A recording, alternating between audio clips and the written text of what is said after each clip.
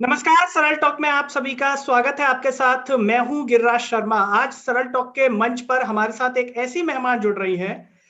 जब वो कॉलेज में थी तो लिखने का शौक उनके अंदर आया और लिखते लिखते उन्होंने दवाइयों की पढ़ाई यानी कि बी फार्मा की पढ़ाई की, उसके बाद एम फार्मा किया। पीएचडी करते करते उनके मन में न जाने कैसे ख्याल आ गया कि क्यों ना पीएससी कर ली जाए, और इस ख्याल के चलते चलते उन्होंने पीएससी का एग्जाम दे दिया। और हैरत की बात देखिए कि जिस पीएससी में चयनित होने के लिए लाखों विद्यार्थी एग्जाम देते हैं, ख्वाब देखते हैं, सपना देखते हैं हर रोज, और उसमें चयनित होने के लिए कड़ी मशक्कत करनी पड़ती है, उसमें प्रथम बार में चयनित भी हो गई। और वर्तमान समय में वो नीमच में बतौर डिप्टी कलेक्टर पदस्थ हैं। उनकी कहानी बेहद इंटरेस्टिंग है, क्योंकि फार्मा से यानी कि दवाइयों से खेलते खेलते पीएससी में आना अपने आप में एक हैरत वाली बात है। क्योंकि जो व्यक्ति बी फार्मा की पढ़ाई करता है, बहुत कम लोग आपको ऐसे मिलेंगे जिन्होंने पीएससी या यूपीएससी की तैयारी की हो या प्रशासनिक सेवा में वो आए हों। चर्चा की शुरुआत करते हैं नीमच शहर की डिप्टी कलेक्टर शिवानी गर्ग जी के साथ। शिवानी जी, बहुत बहुत स्वागत है सरल टॉक में। Thank you so much Giriraj, thank you. Shivani ji, सबसे पहले तो हम ये जानना चाहेंगे कि अगर हम आपकी पढ़ाई की बात करें तो आपने कहाँ से पढ़ाई की है और पढ़ाई में क्या किया है, विस्तृत से हमारे दर्शकों को बताएं। जी, जैसा कि मैंने आपको बताया, मैं सागर की रहने वाली हूँ। मैंने वहां से सागर से ही बी फार्म किया है, एम फार्म किया है फार्मास्यूटिक्स में, और मैं सागर यूनिवर्सिटी से पीएचडी कर रही थी। और जैसा आपने बोला, पीएचडी करते करते ही मेरे कुछ फ्रेंड्स थे जो साथ में एग्जाम दे रहे थे। उनका एक ग्रुप था, उनके साथ हम लोग डेली बैठते थे, पढ़ते थे। तो उनसे प्रेरित होकर उन्होंने ही मुझे इनिशिएट किया कि अगर तुम चाहो तो एक बार पीएससी देकर ट्राई कर सकते हैं हम लोग। तो वहां से ये प्रेरणा मिली और सीधे पीएससी का एग्जाम दिया। फिर मैं आज यहाँ पर जी आज इस मुकाम पर हूँ। शिवानी जी, अगर हम बात करें फार्मा के क्षेत्र में आने की, तो ज्यादातर अगर फार्मा के विद्यार्थियों से जितनी हमारी मुलाकात होती है, मैंने खुद बी फार्मा की डिग्री की है। और आखिर कैसे आपका आना हुआ, क्योंकि ज्यादातर विद्यार्थी तो वो आते हैं जिनका प्री मेडिकल में सिलेक्शन नहीं होता, यानी कि जो डॉक्टर नहीं बनते तो वो सोचते हैं कि मैं फार्मा की डिग्री कर लूं। क्या आपके साथ ऐसा कुछ था या कुछ और ही कहानी थी? जी, नॉर्मली ऐसा सोचते हैं लोग कि जिनको मेडिकल एंट्रेंस में जिनका नहीं हुआ वो फार्मेसी करते हैं। बट जैसा कि आप स्वयं आपने फार्मेसी किया हुआ है, आप जानते हैं सागर विश्वविद्यालय से जो सागर विश्वविद्यालय की फार्मेसी सारे नॉट बिल्कुल। ओनली इन इंडिया, वो पूरे वर्ल्ड वाइड फेमस है और काफी लोग बहुत अच्छे मुकाम पर आज कार्यरत हैं। तो फार्मेसी में आने का मुख्य मेरा जो इंस्पिरेशन था, मेरे बड़े भाई हैं, उनके बेस्ट फ्रेंड थे। वो मुझे बहुत बड़े प्रेरणा स्रोत रहे हैं, क्योंकि जब वो काफी बड़े हैं हम लोगों हमसे, तो वो जब आते थे, वो यूनिवर्सिटी में पढ़ते थे उस टाइम जब हम स्कूल में थे, तो आते थे तभी वो बताते थे कि आज ये मेडिसिन बनाया, अभी ये किया वो किया। तो बहुत ही इंटरेस्टिंग लगता था। तो फार्मेसी मैंने बाय चॉइस ही ज्वाइन किया था। और उसकी इंस्पिरेशन मुझे मेरे भाई के जो बेस्ट फ्रेंड थे भैया रोशन भैया, उनसे मिली थी। जी। शिवानी जी, अगर हम बात करें आपके जो कलीग्स रहे फार्मा के क्षेत्र में जिनके साथ आपने काम किया, क्या प्रशासनिक सेवा में केवल आप ही हैं या आपके साथ भी जो फार्मा के कोई और लोग भी हैं जो प्रशासनिक सेवा में आए हों? अ, अभी तक तो मेरे नियर कलीग्स में तो मुझे ऐसा कोई नहीं है जो फार्मेसी से बिलोंग करते हो। जी बट फिर अभी कुछ दिनों पहले मेरी एक मुलाकात हुई थी, एक डीएसपी पद पर पदस्थ है, उन्होंने भी फार्मेसी किया है, तो जिसकी वजह से मुझे बहुत खुशी मिली कि जी फार्मेसी से भी लोग अभी प्रशासनिक सेवा में आ रहे हैं। आ रहे हैं, बिल्कुल। क्योंकि जी। फार्मेसी में हम ज्यादातर देखते हैं जो लोगों के सवाल होते हैं विद्यार्थियों के, उनको एक शिकायत भी रहती है कि फार्मा क्षेत्र से प्रशासनिक सेवा में जाने के अवसर भी कम रहते हैं। एक लिमिटेड जो है, केवल डीआई की अगर हम बात कर लें, ड्रग इंस्पेक्टर की, वही एक ऐसी पोस्ट रहती है, इसीलिए शायद उनको मलाल भी रहता है इसको लेकर के। ड्रग आप मतलब मैं इस बात पे बिल्कुल अग्री नहीं करूंगी। फार्मेसी फील्ड में बहुत सारे, अभी आप देख रहे हैं कोरोना वैक्सीन फार्मेसी की वजह से ही ये बिल्कुल। वैक्सीन विकसित हो पाई है। रिसर्च एंड डेवलपमेंट वो सब वही लोग हैं जिन्होंने फार्मेसी किया है, जो रिसर्च एंड डेवलपमेंट बायोटेक्नोलॉजी में जिन्होंने किया हुआ है, वही लोग विकसित कर रहे हैं। जी तो ये एक बहुत बड़ा चेंज है, फार्मेसी फील्ड में बहुत बड़ा चेंज है। अब बहुत सारे अवसर हैं। बट आप जो ड्रग इंस्पेक्टर की बात कर रहे हैं, शायद हम ये कह सकते हैं गवर्नमेंट सेक्टर में फार्मेसी के लिए बहुत ज्यादा अपॉर्चुनिटीज अभी डेवलप नहीं हो पाई हैं, तो शायद कहीं ना कहीं स्टूडेंट के मन में ये रह जाता है। बट आप देखें तो प्राइवेट सेक्टर में अभी भी बहुत सारी अपॉर्चुनिटीज हैं। यदि आप बात करें यूनाइटेड स्टेट्स ऑफ अमेरिका और any other European nation, pharmacy is one of the highest paid job. तो मेरे काफी सारे कलीग्स हैं जो बहुत अच्छे पद पर हैं। बट हाँ, बहुत अभी गवर्नमेंट सेक्टर में बहुत सारी अपॉर्चुनिटीज पैदा करने की जरूरत है, जिससे कि जो टैलेंट है उनका यूटिलाइजेशन प्रॉपर्ली हो पाए। जी। शिवानी जी, अगर हम बात करें आपकी फैमिली में, क्या आपके परिवार में पहली बार आप ही चयनित हुई हैं या परिवार में कोई और भी है जो प्रशासनिक सेवा में रहा हो? जी नहीं, मेरी पूरी फैमिली में प्रशासनिक सेवा में कोई नहीं रहा है। मैं अपनी फैमिली में मैं पहली हूँ जो प्रशासनिक सेवा में अभी आई हूँ। जी। तो जब आप चयनित हुई पीएससी में, जब आपका चयन हुआ, तो परिवार को खुशी थी कि आप चयनित हो गए, जाहिर तौर पर खुशी होगी। वो आपको किस रूप में देखना चाहते थे? एक फार्मासिस्ट बतौर देखना चाहते थे या प्रशासनिक सेवा में ही देखना चाहते थे? खुशी तो ऑब्वियसली होती है जब भी बच्चे, किसी के भी बच्चे कुछ भी अचीव करते हैं तो पेरेंट्स खुश भी होते हैं और सपोर्ट भी करते हैं। बट जैसा मैंने आपको बताया, मैं पीएचडी कर रही थी, मैं सागर यूनिवर्सिटी से ब्रेस्ट कैंसर पे मैं पीएचडी कर रही थी, जिसमें लगभग 1-1.5 साल मैंने डिवोट किया था। जी। बिफोर ज्वाइनिंग यहाँ पर as a deputy collector join करने के पहले 1-1.5 साल पहले तक मैंने उस पर डिवोट किया था। तो पहले मेरे पेरेंट्स का माइंडसेट यही था कि अभी ये रिसर्च करके मैं कुछ अच्छा करूंगी या फिर मैं कुछ साइंटिस्ट टाइप कुछ अच्छा बनूंगी या कुछ नई मेडिसिन की खोज करूंगी। जी। तो तभी वो हमारे साथ थे, और जब मैंने इस पद पर ज्वाइन किया तब भी वो सपोर्टिव और साथ ही थे। जी। तो वो उनके मन में कुछ ऐसा नहीं था क्या देखना चाहते हैं, वो हमेशा बोलते थे तुम जो करना चाहती हो वही करो। तो शायद इसी वजह है कि मैंने एकदम ही फील्ड को स्विच कर दिया, just because of their support. बिल्कुल।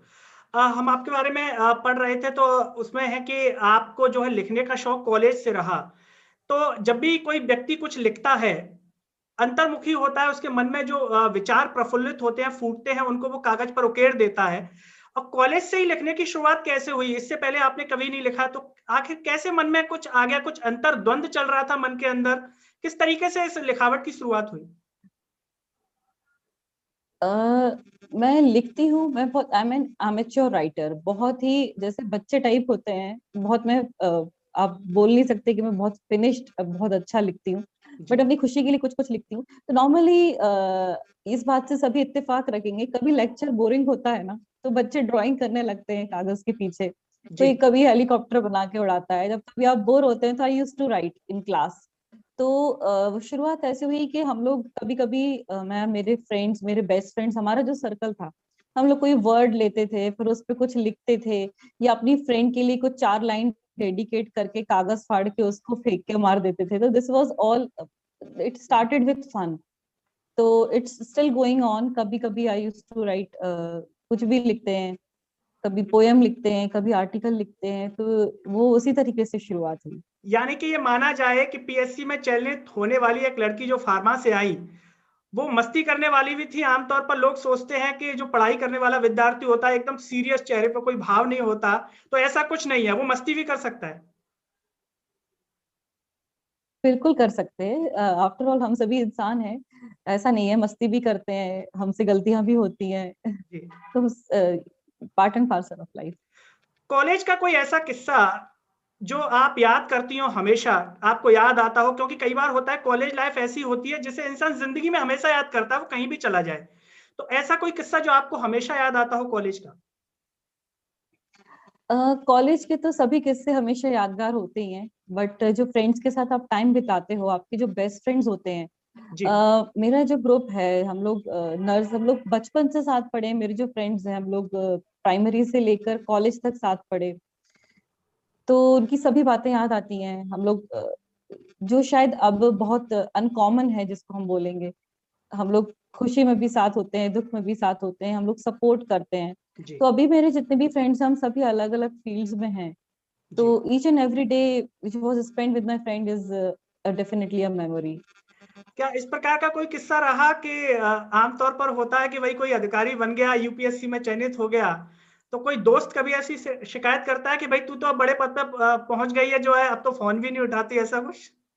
हाँ बिल्कुल ऐसा होता है, ये तो आम चीज है। कई बार क्या होता है कि मीटिंग है, बट नॉर्मली जो हमारे फ्रेंड्स हैं, प्राइवेट सेक्टर में वर्क कर रहे हैं, तो अमूमन 8 बजे तक फ्री हो जाते हैं। जी। और जैसे कोरोना की वजह से कई बार हम लोग रात को 9-10 बजे तक पूरा मतलब नॉट ओनली मी, हमारा पूरा स्टाफ, हमारे पूरे सीनियर्स, हम सभी बैठ के कभी मीटिंग कर रहे होते हैं, कभी कोई योजना बना रहे होते हैं, कभी हमारी ड्यूटी लगी होती है, कभी इलेक्शन का काम होता है। तो नॉर्मली शिकायत होती है कि अब तुम बहुत बड़े बन गए हो, तब तुम फोन नहीं उठाते हो। तो दिस इज वेरी कॉमन, आप कुछ भी बन जाए, फ्रेंड्स विल रिमेन फ्रेंड्स। जी, बिल्कुल। शिवानी जी, अब बात की जाए एमपीपीएससी की, आपने पीएचडी भी की एम फार्मा के बाद, किस तरीके से आपने तैयारी की शुरुआत की, कैसे रूपरेखा तैयार की? क्योंकि ये आसान तो बिल्कुल भी नहीं है कि फार्मा की पढ़ाई के साथ साथ चयनित हुआ जाए पीएससी जैसे एग्जाम में, और वो भी प्रथम बार में। मैंने आपको बताया कि हमारा एक ग्रुप था जो हम लोग सभी प्रिपरेशन कर रहे थे, जिनकी वजह से मैंने एग्जाम देने का सोचा और मैंने प्रिपरेशन की। तो हम ग्रुप स्टडीज करते थे और डेली के हम लोग टारगेट्स बनाते थे। क्योंकि शुरुआत, कोई भी आप सिविल सेवा देते हैं तो उसके 3 फेज होते हैं, जिसमें आपको प्रीलिम्स देना होता है, मेंस देना होता है और इंटरव्यू देना होता है। तो पूरा माइंडसेट आपको पहले से ही प्रिपेयर करना होगा। आप ऐसा नहीं कर सकते कि पहले आप प्री के लिए, सिर्फ प्री के लिए पढ़ें, फिर आप सिलेक्ट हो जाएं तो फिर आप मेंस के लिए तैयार करें और फिर उसके बाद आप इंटरव्यू। पूरा माइंडसेट आपको पहले बनाना होता है, आपको पूरी टाइमलाइन डिसाइड करनी होती है। सबसे इम्पोर्टेंट चीज होती है कि आप जो एग्जाम अपियर कर रहे हैं, चाहे वो आप किसी भी स्टेट सिविल सर्विसेज के लिए जा रहे हो या फिर यूपीएससी के लिए जा रहे हो, उसके लिए आपको प्रॉपर सिलेबस को एक बार स्टडी करना होता है कि एग्जैक्टली सिलेबस में है क्या क्या। कई बार क्या होता है, स्टूडेंट्स पढ़ने के चक्कर में अननेसेसरी भी अपना एनर्जी वेस्ट करते हैं, जो चीज इंक्लूडेड नहीं होती है। जी। या फिर और दूसरी चीज होती है, आपको एग्जाम पैटर्न को समझने की जरूरत है कि स्टेट, पर्टिकुलर स्टेट की पीएससी में किस पैटर्न पे आप एग्जाम चल रहा है, यूपीएससी में किस पैटर्न पे चल रहा है। आपको 4-5 साल के पैटर्न पे स्टडी करनी होती है, देखना होता है। फिर उसके बाद आप टाइमलाइन बनाइए, आप उसकी स्टडी कीजिए। इस तरीके से आप रूपरेखा बना सकते हैं। यही जो मेरा, हम लोग का जो ग्रुप था।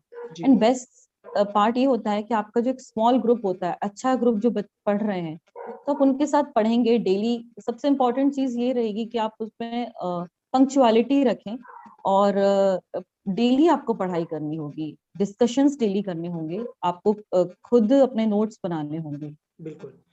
अभी आपने एक बेहद महत्वपूर्ण चीज बताई कि आपको जो है साथ में प्री, मेंस और इंटरव्यू की तैयारी को लेकर के चलना पड़ेगा। हम देखते हैं शिवानी जी के ज्यादातर विद्यार्थी, अगर हम बात करें तो इस प्रकार के भी हमें मिलते हैं जो कहते हैं कि मैं पहले प्री की तैयारी कर रहा हूं या कर रही हूं, उसके बाद चयन हो जाएगा तब मैं मेंस की तैयारी करूंगी या करूंगा। क्या इस प्रकार की जो रूपरेखा है इसे आप सही मानती हैं? क्योंकि ये सवाल हम इसलिए कर रहे हैं क्योंकि कई छोटे शहरों की अगर हम बात करें तो वहां कई ऐसे इंस्टीट्यूट चलते हैं जहां के शिक्षक ये कहते हैं कि हम प्री में तो आपका सिलेक्शन करवा ही देंगे, इसी सिद्धांत पर उनके कोचिंग चलते हैं। बिल्कुल, क्योंकि नॉर्मली क्या होता है, आप किसी भी स्टेट या फिर यूपीएससी एग्जाम देते हैं, तो जो प्री का रिजल्ट आने के बाद आपको हार्डली 2 या 2.5 महीने के बाद मेंस का एग्जाम होता है। ये पैटर्न लगभग हर जगह ही फॉलो होता है, या ज्यादा से ज्यादा 3 महीने का टाइम आपको मिल पाएगा। तो उतना टाइम इतना सफिशिएंट नहीं होता है कि आप मेंस की प्रॉपर प्रिपरेशन कर पाए। क्योंकि अब मेंस का सिलेबस जो है वो भी चेंज हो गया है। और अभी अभी एमपीपीएससी ने जो अभी रिसेंटली जो पैटर्न जारी किया है, अब उसमें अब ऐसा करने वाले हैं वो कि आपको क्वेश्चन देंगे, क्वेश्चन के बाद एक डेफिनेट स्पेस दिया जाएगा, आपको उसमें ही उत्तर लिखना है। दैट मीन्स आपको साथ में एक प्रिसाइसली लिखने की आदत डालनी होगी। हम कथा कहानी रामायण नहीं लिख सकते, हमको ऐसा लिखना होगा जो बाकियों से बेटर हो और कम शब्दों में, जितने वर्ड लिमिट है उसमें कंप्लीट हो जाए। और क्योंकि पेपर इतना लंबा होता है तो आप रिस्क नहीं ले सकते कि हम 20, 25, 30 नंबर का छूट भी जाए तो चलेगा। जी। आपको कई बार नहीं भी आता है, लेकिन जितना आता है उतना आपको अटेम्प्ट करना ही है। बिल्कुल। तो ये बहुत इंपॉर्टेंट चीज है। और अक्सर क्या होता है, लोगों की राइटिंग प्रैक्टिस नहीं होती है। जो लोग प्री पढ़ रहे होते हैं, पहले प्री की प्रिपरेशन की, फिर अलग से मेंस की प्रिपरेशन, तो इतना बर्डन हो जाता है, आपको समझ नहीं आता कि पहले हम उसको पढ़ें, याद करें या लिखें या नोट्स बनाएं। तो ऐसे में लिखने की जो हैबिट है उतनी हो नहीं पाती, तो अक्सर लोगों के एग्जाम में जो बनने के बावजूद भी छूट जाता है। तो आपको पहले 1 साल का पूरा टारगेट बना के चलिए, उसमें अपना प्री का प्रिपरेशन कीजिए।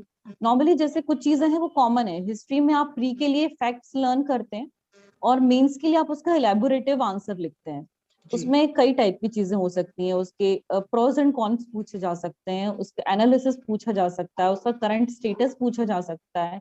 तो उसके अकॉर्डिंग आप प्रिपेयर कीजिए।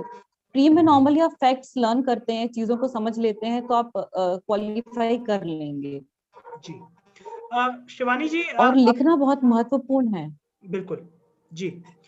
शिवानी जी, जैसा कि आपका प्रथम बार में चयन हुआ, तो आपसे जानना चाहेंगे, जब आप कॉलेज में पढ़ाई कर रहे थे, तो शुरुआत मतलब मन में विचार कौन से ईयर में आया था कि अब मैं जो है इसके साथ साथ में तैयारी करूंगी? कितने समय जब आप एम फॉर्म कर रहे थे, तब आप तैयारी के लिए आपने खुद को तैयार किया था? बी फार्मेसी आपने खुद को रेडी कर दिया था पीएससी के लिए?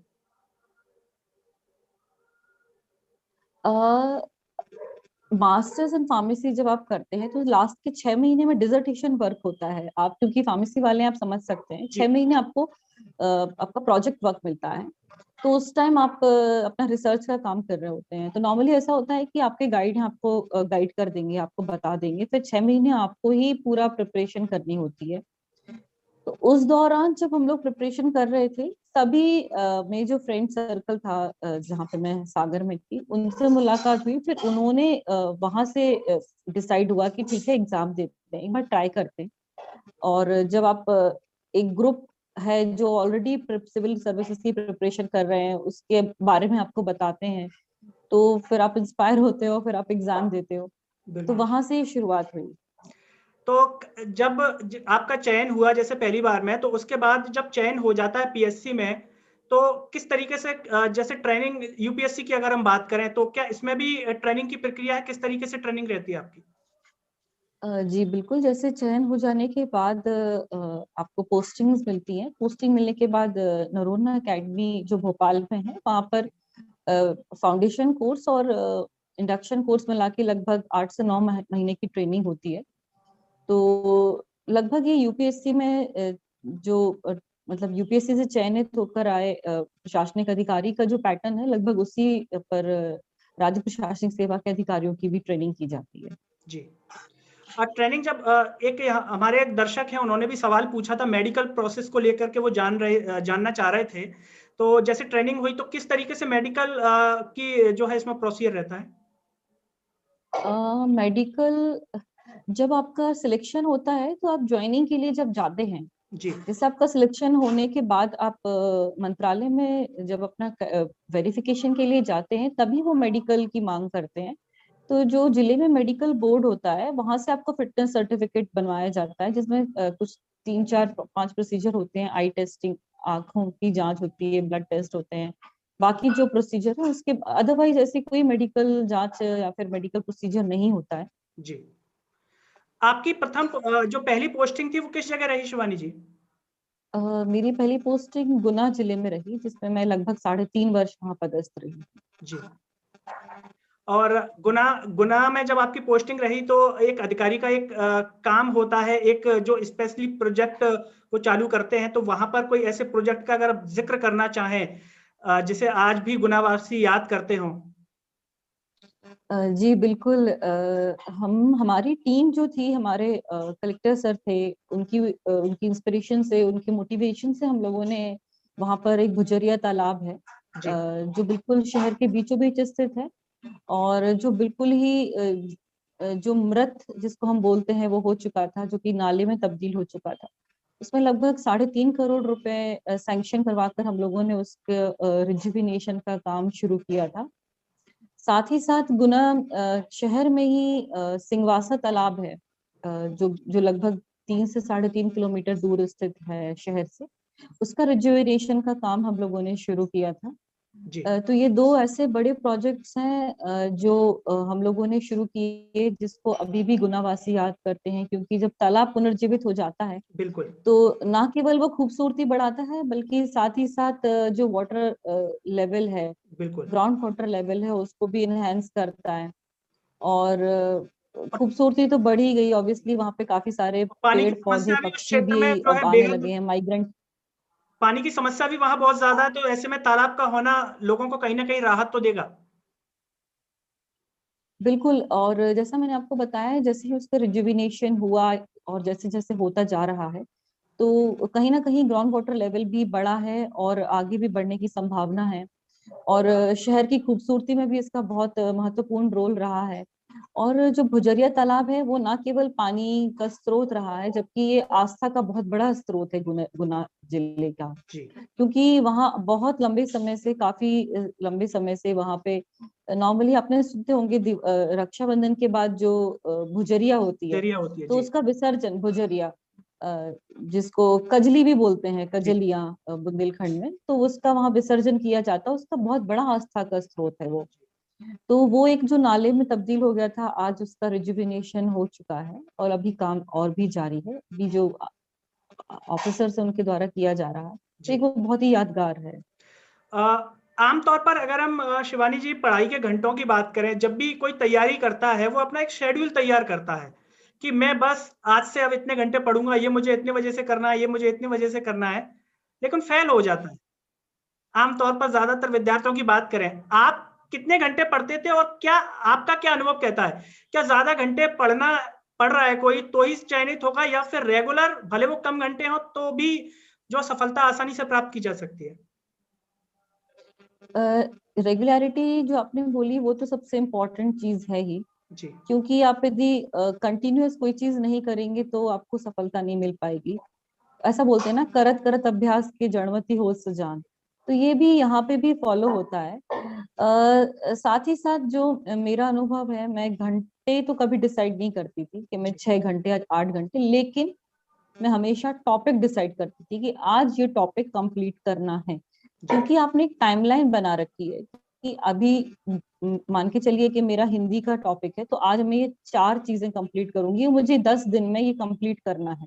अब आप 10 घंटे में 4 टॉपिक पढ़ लें या फिर टॉपिक वाइज डिसाइड कर लें। तो जैसे मेरा डिसाइड होता था कि मैं आज ये 2 टॉपिक कंप्लीट करूंगी। जी अब वो 2 घंटे में हो जाए मेरे, या 4 घंटे में, या 5 घंटे में, तो मेरा टॉपिक से मैं डिसाइड करती थी कि एक टाइमलाइन मैंने सिर्फ टॉपिक वाइज बना रखी थी कि आज ये टॉपिक, कल दूसरे टॉपिक, और 3 दिन में ये टॉपिक्स कंप्लीट करने हैं। बिल्कुल। तो मुझे लगता है कि घंटों का प्रेशर नहीं रहता। कई बार होता है 6 घंटे पढ़ना है, अब 3 घंटे में हो गया, अरे अब ये तो 3 घंटे और बैठना है, अब पढ़ना ही पड़ेगा।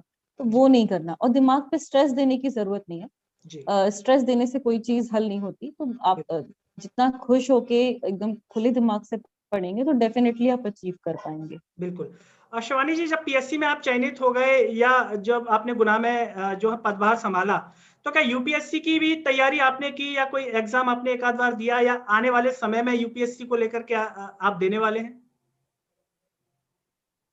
नहीं, अभी मेरा कोई विचार नहीं है, ना जी ही मैंने पहले दिया था। जी और अभी भी मेरा कोई विचार नहीं है देने का। बिल्कुल। यानी कि आप संतुष्ट हैं जो है इस जी एमपीपीएससी ज्वाइन करने के बाद? बिल्कुल, मैं बहुत ही सेटिस्फाइड हूँ जी। जी। शिवानी जी, आमतौर पर जब विद्यार्थी का प्रथम बार में चयन नहीं होता, और पीएससी के बारे में एक चीज ज्यादातर विद्यार्थियों से जब मैं मिलता हूं, तो कहते हैं चाहे यूपीएससी हो एमपीपीएससी हो, एक जुए की तरह है। अगर एक बार लत लग गई इसकी तो वो किसी अन्य क्षेत्र में जाने का मन ही नहीं बनाते, और ये ज्यादातर विद्यार्थियों के साथ होता है। वो ना तो नौकरी करते हैं, सिर्फ एम रहता है कि मुझे पीएससी करना है। तो ऐसे विद्यार्थियों को आप क्या सजेस्ट करेंगे अपने अनुभव से, क्योंकि इसका एक जो दुष्परिणाम निकल के आता है वो ये भी आ जाता है कि एज हो जाती है, नौकरी वो उसके साथ में करते नहीं है, तो फिर समस्या बड़ी खड़ी हो जाती है परिवार के लिए भी। और ये आम समस्या कई चीजों को लेकर के होती है। एक तो शादी को लेकर के कई लोग तय कर लेते हैं कि मैं शादी नहीं करूंगा या करूंगी जब तक कि ये हो नहीं जाएगा, तो परिवार वाले तो इसलिए परेशान रहते हैं कि ये किसी की सुन नहीं रहा या सुन नहीं रही है, इसको तैयारी करनी है, नौकरी भी नहीं कर रहे हैं। और इतने में जो यूपीएससी में जो 4 बार परीक्षा दे पाते हैं आई थिंक, और पीएससी में अब तो अपन 40 साल तक शायद दे सकते हैं, तो ऐसे विद्यार्थियों को क्या कहेंगे आप? अह, मुझे एक्चुअली जो पढ़ रहे होते हैं उनके अंदर जुनून तो डेफिनेटली होता है। और जब जुनून होता है तो मुझे लगता है चीजें आपको मिल जाती हैं, जी थोड़ा देर से ही सही, लेकिन मिलती हैं। ऐसे में निराश तो नहीं होना चाहिए। और आप जो बात कर रहे हैं कि वो दूसरी नौकरी भी नहीं कर पाते। तो ये तो मतलब ये तो जुनून वाली बात है। मैं भी आपको बोलूं, आपने भी फार्मेसी करके आप एंकर बन गए, है ना। तो जी अब ये पर्सन टू पर्सन भी डिपेंड करता है। बिल्कुल। तो मैं कहीं दूर नहीं चाहूंगी, मैं अपने हस्बैंड का एग्जांपल देती हूँ। उन्होंने भी 2 से 3 बार पीएससी दिया और उनका चयन नहीं हुआ, फिर बाद में उनका चयन हुआ। तो ऐसे में हिम्मत नहीं हारी। लेकिन कई बार ऐसा होता है कि लोग ये माइंडसेट रख के चलते हैं कि जब तक हासिल नहीं कर ले तब तक शादी क्यों करें, क्यों करें। मतलब क्यों माँ बाप के दम पे बीवी को। यहाँ पर अभी सभी लोग चाहते हैं कि जी, मैं यहाँ पर एक सवाल और करना चाहूंगा, क्योंकि ये जी मैंने अपनी रिश्तेदारी में देखा, इसीलिए ये सवाल मैं पूछ रहा हूँ आपसे। जब विद्यार्थी तैयारी कर रहा होता है, 2-3 अटेम्प्ट उसके हो जाते हैं, और ऐसे में चूंकि हम भारतीय परिवेश के हैं, अलग अलग समाज की अलग अलग परंपराएं होती हैं, लड़के के लिए जब रिश्ते आते हैं तो आमतौर पर माएँ जो होती हैं भावुक होती हैं, और उनके भी अपने सपने होते हैं, और वो अपनी जगह सही भी हैं, क्योंकि हर चीज एक उम्र पर ठीक लगती है। तो मैंने ज्यादातर माता पिता को बोलते हुए सुना है कि भाई लड़की जो है रिश्ता आ रहा है, शादी कर ली जाए, लड़की के भाग्य से ही चयन हो जाएगा। तो ऐसे में लड़का कहता है हाँ हो गया लड़की के उससे। तो क्या इसमें मानेंगे, क्योंकि हमने तो देखा, उदाहरण देखे हैं, कई बार शादी के बाद भी लोग चयनित हो जाते हैं, ऐसा तो है नहीं कि शादी नहीं करेंगे तो चयनित नहीं होंगे। नहीं नहीं, बिल्कुल बिल्कुल सही कह रहे हैं आप। और ऐसा होता भी है। ये जो हमारे यहाँ मान्यता है, कुछ चीजें बहुत सही होती हैं। माँ बाप जो कहते हैं वो सही भी है कि लड़की के भाग्य से हो जाता है, और कई बार लड़के के भाग्य से भी होता है। जी तो कई बार ऐसा भी माइंडसेट होता है गिरिराज कि लोग सोचते हैं कि अभी मैं जॉब नहीं कर रहा तो मैं लड़की को शायद वो खुशियां उतनी नहीं दे पाऊंगा। हम्म। अभी क्योंकि समाज और परिवेश बहुत बदल रहा है, बिल्कुल पेरेंट्स पर आप किस कब तक डिपेंडेंट रहेंगे, और लड़कियां भी नहीं चाहती कि आप पेरेंट्स पर डिपेंडेंट रहें। तो शायद हो सकता है यही रीजन रहता हो। बट फिर भी पर्सन टू पर्सन डिपेंड करता है। और आप बिल्कुल सही कह रहे हैं, ऐसा नहीं है कि आप शादी के बाद अचीव नहीं कर सकते। ऐसे कई एग्जाम्पल है। मैं मैं मेरे साथ 2-3 लोग ऐसे ट्रेनिंग में थे जिनकी बच्चे 12th का एग्जाम पास कर चुके थे, या जी जो कॉलेज में है, उसके बावजूद भी उन्होंने अचीव किया। वो सिर्फ आपके माइंडसेट पर और आपके लगन और मेहनत पर डिपेंड करता है। बिल्कुल। अ, आपने जैसा कि चर्चा में बताया कि आप लिखने का शौक भी रखते हैं। जॉइनिंग के बाद जब आप जॉइन हो गए, और जाहिर सी बात है कि परिवार खुश होता है, हमें भी खुशी होती है कि इतना सम्मान मिलता है, इतने अच्छे पद पे हम पहुंच जाते हैं। तो उसके बाद कुछ आपने कुछ अगर पंक्तियां लिखी हो जो आपको लगती हो कि हाँ आपके दिल के करीब हो और आप सुनाना चाहें। मतलब ऐसी तो कोई पंक्ति नहीं है जो मैं सुनाना चाहूँ और लोग सुनना चाहेंगे। तो मैंने बोला कि मैं बहुत ही चाइल्डिश टाइप की चीजें हैं जो लिखते हैं, जी जो चीज ऑब्जर्व करते हैं वो लिखते हैं। जी तो मुझे तो नहीं लगता कि मैं पब्लिक प्लेटफॉर्म पे सुना पाऊंगी, बट मैं पर्सनली जरूर शेयर कर जी सकती हूँ आपके लिए कभी। बिल्कुल। जब आप सागर जाते हैं तो आपका कभी सागर विश्वविद्यालय में जाना होता हो, और आमतौर पर होता है कि जब कोई अलग काम करता है तो शिक्षक भी उसका उदाहरण देते हैं, और जैसा कि आपने कहा भी कि जो है एमपीपीएससी में केवल आप ही का चयन हुआ, फार्मा क्षेत्र से कोई और नहीं था।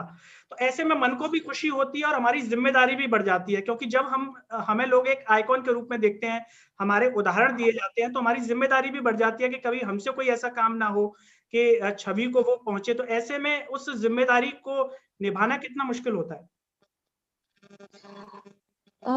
जैसा आपने बोला कि जैसे मैं सागर जाती हूँ या कभी यूनिवर्सिटी जाना होता है, ऑब्वियसली लोग आते हैं, जो बैचलर्स के स्टूडेंट्स हैं, first year second year third year, तो आके पूछते हैं मैम हमको भी प्रिपरेशन करती हैं, जी आपने कैसे पढ़ा, और आपने कौन सी बुक्स प्रेफर की थी, आप कितना घंटे पढ़ते थे, जो नॉर्मल क्वेश्चंस होते हैं वही होते हैं। तो बिल्कुल। ऑब्वियसली आपकी रिस्पॉन्सिबिलिटी तो बढ़ जाती है, क्योंकि कहीं ना कहीं बच्चे आपसे रिलेट कर पाते हैं। और जब वो सेम फील्ड से बिलोंग करते हो तो वो आपसे ज्यादा एसोसिएट कर पाते हैं। उनको जी लगता है कि शायद हाँ हम भी कर सकते हैं। जी तो आपको ऐसा आचरण और विचार उनके समक्ष प्रस्तुत करना होता है जिससे वो हमेशा प्रेरित रहें और इंस्पायर्ड रहें। बिल्कुल। और कई बार लोगों को लगता है कि नहीं हम ये नहीं कर पाएंगे, तो ऐसा बिल्कुल नहीं है। कोई भी चीज इम्पॉसिबल नहीं है। कोई हिंदी मीडियम से है वो इम्पॉसिबल नहीं है कि हम एग्जाम क्वालिफाई नहीं कर सकते हैं, इंग्लिश मीडियम से है तो वो इम्पॉसिबल नहीं है। आप सोचते हैं कि मैंने फार्मेसी से किया है, नॉर्मली अभी भी अवधारणा है कि फार्मेसी के बाद बहुत लिमिटेड करियर ऑप्शंस हैं और फार्मेसी में बहुत कम लोग आते हैं। तो अभी ट्रेंड चेंज हो रहा है। बच्चे अभी जो ट्रेंड है करंटली, जितने भी यूथ हैं, जो भी नए बच्चे हैं, वो एक्सपेरिमेंट करना चाहते हैं। जी अभी ऐसा नहीं है ट्रेडिशनल वे पे नहीं स्टिक कर रहे हैं, वो भी एक्सपेरिमेंट करना चाहते हैं।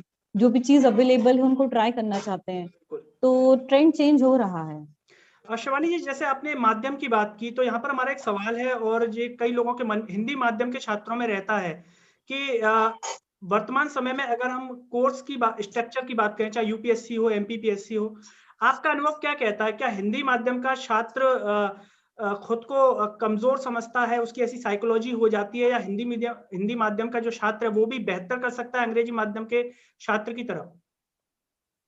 बिल्कुल। सबसे पहली बात तो मैं यहाँ बोलना चाहूंगी, language is just a means of communication. सिर्फ कम्युनिकेट करने का एक माध्यम है। जी चाहे इंग्लिश है चाहे हिंदी है। आप एक ट्रेंड देखेंगे, ऐसा नहीं है, एमपीपीएससी में काफी टाइम बहुत हिंदी मीडियम स्टूडेंट्स ने टॉप किया है। जी यूपीएससी में भी कुछ ऐसे बिरले एग्जाम्पल रहे हैं कि जिन्होंने टॉप 10 रैंक में हिंदी मीडियम के स्टूडेंट्स ने रैंक हासिल किए। सिर्फ ये चीज है, आपको लिखने का तरीका आना चाहिए, आपको अपनी बात किस एग्जामिनर के समक्ष प्रस्तुत करने का तरीका आना चाहिए। क्योंकि आप जब तक बहुत अच्छा नहीं लिखेंगे, आप इंग्लिश में लिख रहे हैं, हिंदी में लिख रहे हैं, कोई मैटर नहीं करेगा। जी तो कंटेंट आपका अच्छा होना चाहिए, आपके बिल्कुल जो बाकी लोग लिख रहे हैं उससे बेटर होना चाहिए। बिल्कुल तो वो बहुत सारी चीजें उसमें इंक्लूडेड है, आंसर का स्ट्रक्चर इंक्लूडेड है, उसमें कंटेंट है, उसमें प्रेजेंटेशन है, so many things are there. बिल्कुल। शिवानी जी, कभी ऐसा हुआ है कि आप दौरे पे जाते हो हॉस्पिटल में, या निरीक्षण करने के लिए जाते हैं, और कभी भी आपने, क्योंकि आमतौर पर नहीं पता होता कि कौन सी पढ़ाई की है, तो किसी फार्मासिस्ट को आपने पकड़ पूछा हो कौन सी दवाई दे रहे हो, क्या दे रहे हो, तो ऐसे कभी किसी की चोरी पकड़ में आई है? चोरी तो नहीं। वो हाँ बिल्कुल, दो दो किस्से मैं बताती हूँ आपको। जी जब मैं इसके पहले जिस जिले में पदस्थ थी, वहां पर हम लोग डिस्ट्रिक्ट हॉस्पिटल में गए थे। तो जी एक डेफिनेट एक सरकार के द्वारा जो शासकीय जो दवाइयां हैं जो फ्री में पेशेंट्स को उपलब्ध कराई जाती हैं, तो एक उसकी प्रॉपर जेनरिक मेडिसिन की लिस्ट है। तो वो अवेलेबल होना जरूरी है, और वो नॉर्मली उसकी आपूर्ति होती रहती है, सरकार पर्याप्त मात्रा में भिजवाती है दवाइयाँ। जी और कई बार फार्मासिस्ट वहां जो पदस्थ हैं वो बोल देते हैं बाहर से ले लो, ये नहीं है, या फिर स्टॉक में रखी है, कहीं पड़ी है, उसको निकाल के नहीं दे रहे हैं। वो कई बार आलस खा जाता है क्योंकि लोग इतना ध्यान से देखते भी नहीं है। तो ऐसे एक बार उस जिला अस्पताल में हम लोगों ने पकड़ा जी कि ये मेडिसिन है, अवेलेबल है, फिर भी आप लोगों को बोल देते हो बाहर से ले लो। जी और एक बार जब हम लोगों जितने भी मेडिकल स्टोर्स हैं, तो उसके लिए टीम बनाई थी हमारे कलेक्टर सर ने, तो हम लोगों ने वहां पे निरीक्षण किया। तो कुछ ऐसी मेडिसिन होती हैं, schedule H drugs, schedule x drugs. Schedule x के लिए आपको अलग से लाइसेंस की जरूरत होती है। जी आप शायद समझते होंगे, जी शेड्यूल एक्स की वो दवाइयां होती है जो नार्कोटिक्स से रिलेटेड होती जी हैं। उसके लिए स्पेसिफिक मेडिकल मेडिकल पे जो नॉर्मल दवाइयां आप रखते हैं, उसके अलावा भी जब शेड्यूल एक्स की दवाइयां रखते हैं तो अलग से आपको लाइसेंस चाहिए होता है। जी तो कई लोग वो दवाइयां रखे होते हैं बिना लाइसेंस के। आपको शेड्यूल एच की दवाइयां भी लोग जैसे नॉर्मल एंटीबायोटिक्स हैं, अब आम आदमी कोई भी एंटीबायोटिक कितनी भी मात्रा में खरीद के ले जाते हैं, तो बिल्कुल उसका रिकॉर्ड नहीं रखा जाता है। और कुछ ऐसी दवाइयां होती हैं जिसका नशे के लिए लोग इस्तेमाल करते हैं, एविल जैसे इंजेक्शन है।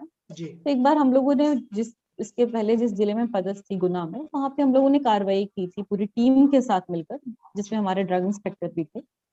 तो उसमें लगभग 20,000 doses of Avil, which is a very big amount, जी वो एक मेडिकल वाले ने 1 महीने में ही बेच दिए थे। जी क्योंकि लोग एविल इंजेक्शन का नशे के लिए प्रयोग करते हैं, उसमें दवाई मिला के इंजेक्ट करते हैं।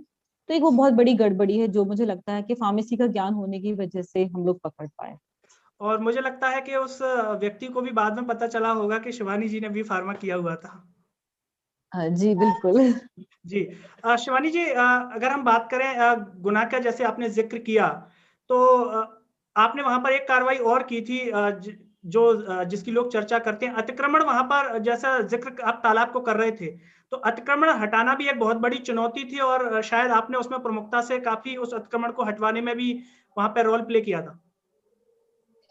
बिल्कुल। ये जो है अतिक्रमण जब भी हटाने का काम आप लेते हैं, तो एक बहुत बड़ा टीम वर्क होता है, आप जी, उसको अकेले नहीं कर सकते। उसमें आपके सबॉर्डिनेट्स होते हैं, आपके तहसीलदार होते हैं, आपके पटवारी होते हैं, आपका नगर पालिका का अमला होता है, यदि आप ग्रामीण क्षेत्र में कार्रवाई कर रहे होते हैं तो आपका जनपद का अमला होता है। तो जी इसके लिए पहले आपको वहाँ की प्रॉब्लम समझनी होगी, क्योंकि सिर्फ अतिक्रमण हटाना वहाँ समस्या का हल नहीं है।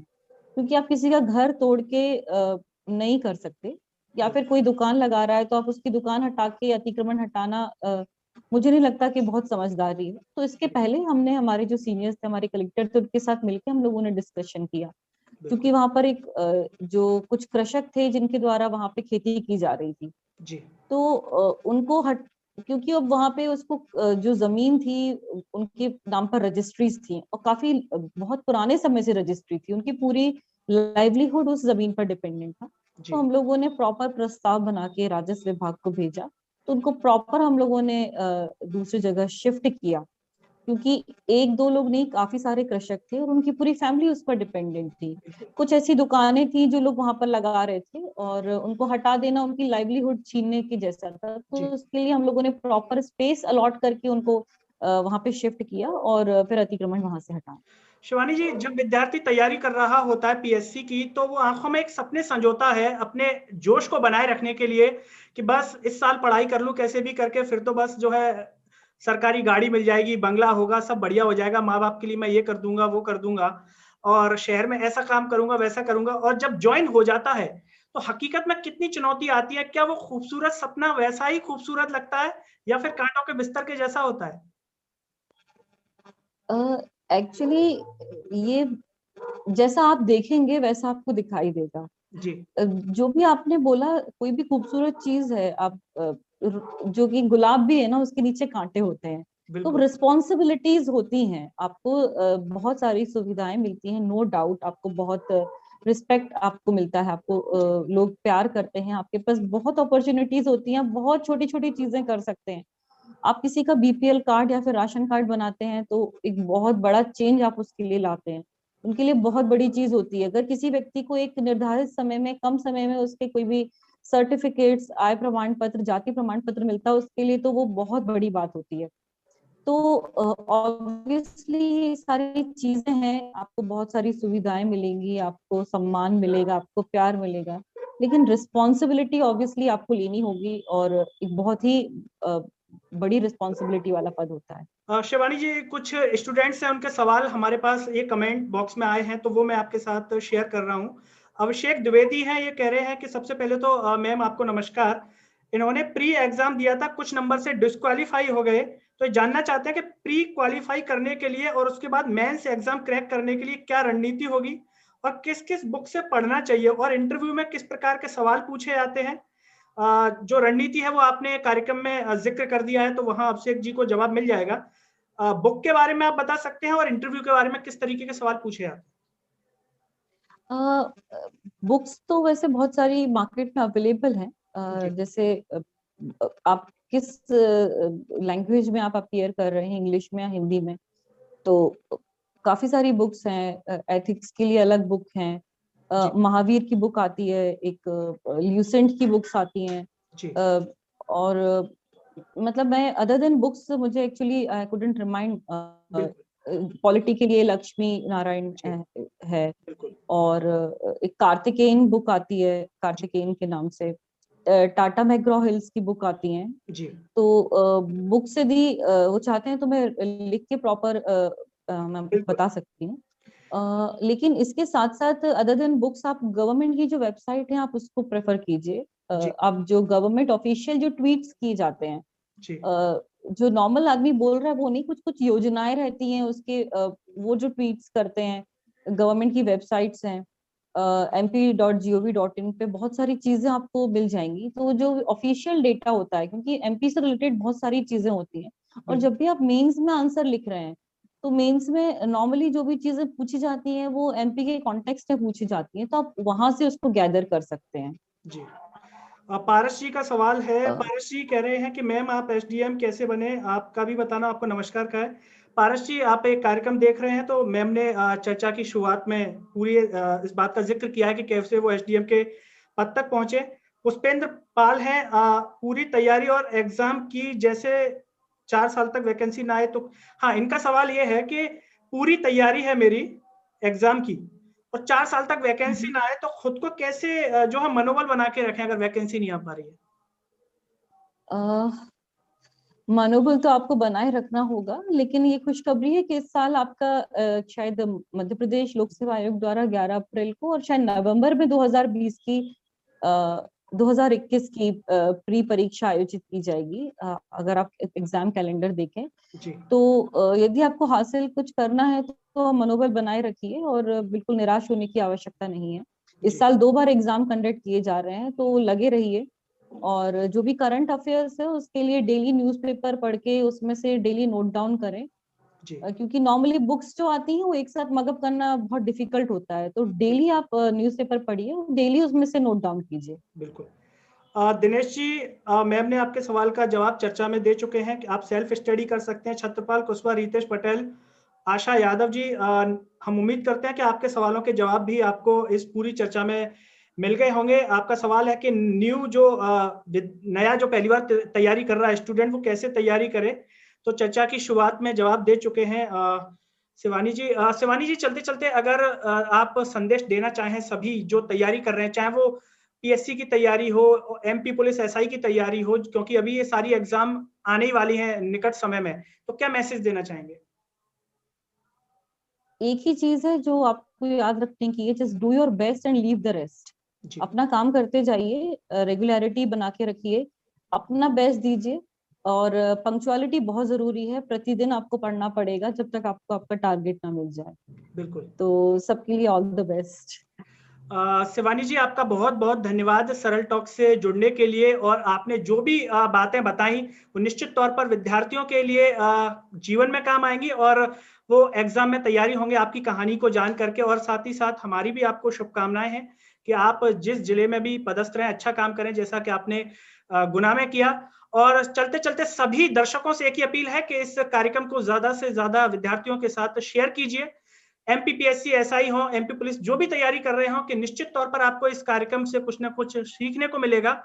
और एक विद्यार्थी भी अगर इस कार्यक्रम की मदद से अपने जीवन में कुछ अच्छा कर पाया, तो हमारा कार्यक्रम बनाने का उद्देश्य भी सफल रहेगा। मेरे साथ दोस्तों फिलहाल इतना ही, अगले वीडियो में आपसे फिर होगी मुलाकात, तब तक के लिए मुझे दीजिए इजाजत। नमस्कार।